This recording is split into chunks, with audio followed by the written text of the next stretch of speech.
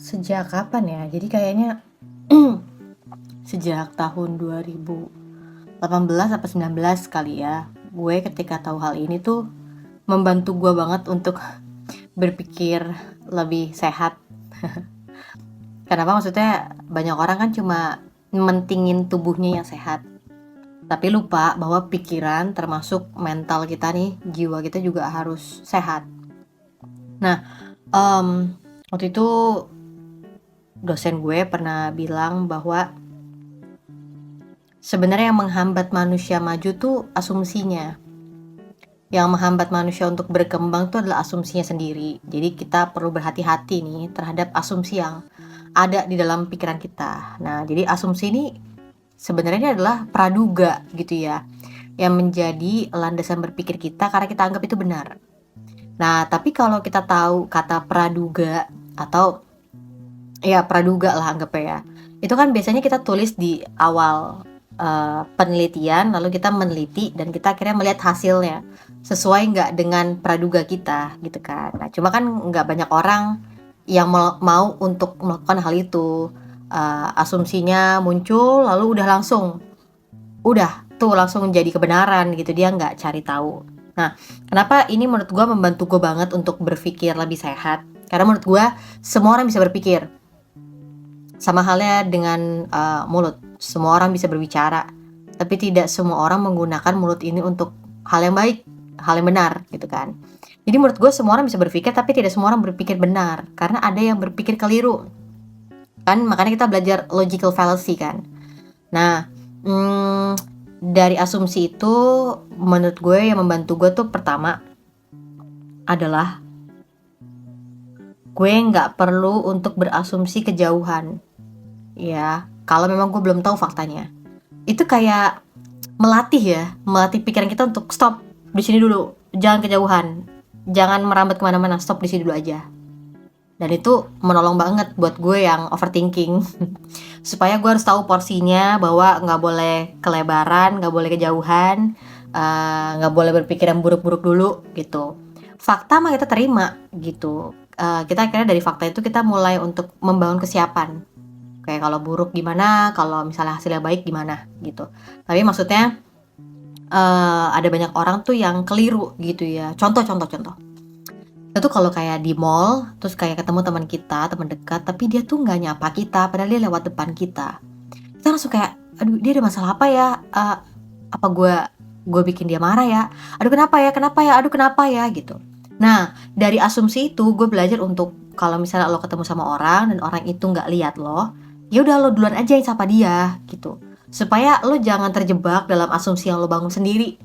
Karena kan banyak banget kan, kita sering banget menghadapi masalah yang gue kira lo itu gitu kan. Padahal orang itu nggak sesuai dengan apa yang kita pikirkan gitu. Nah memang kelemahannya nggak semua orang bisa jujur. Penyebabnya banyak sih. Salah satunya adalah karena dia dulu punya trauma ketika dia jujur nggak dihargain. Yang kedua dia nggak bisa mempercayai kita ya untuk dia bisa bicara padanya.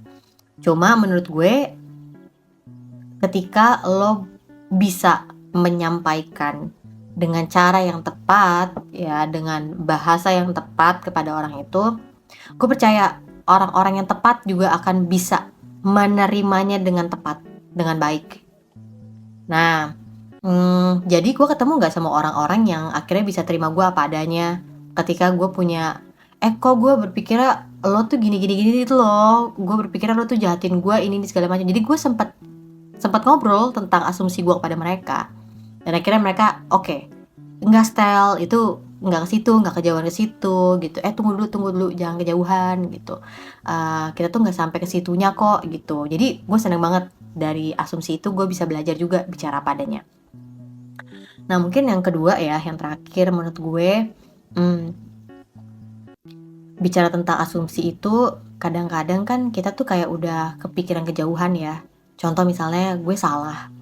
Terus kan, gampang lah untuk masuk tuh pikiran-pikiran yang buruk itu kan, kayak, udahlah gue emang seorang yang gagal. Gue inget banget tuh ya, waktu itu gue pernah, eee, gue harus bicara di depan banyak orang, dan gue merasa gue tuh emang kurang persiapan dan gue juga kurang pede gitu. Aduh kurang ini segala macem setelah selesai gitu kan ngomong di depan orang, di depan orang banyak.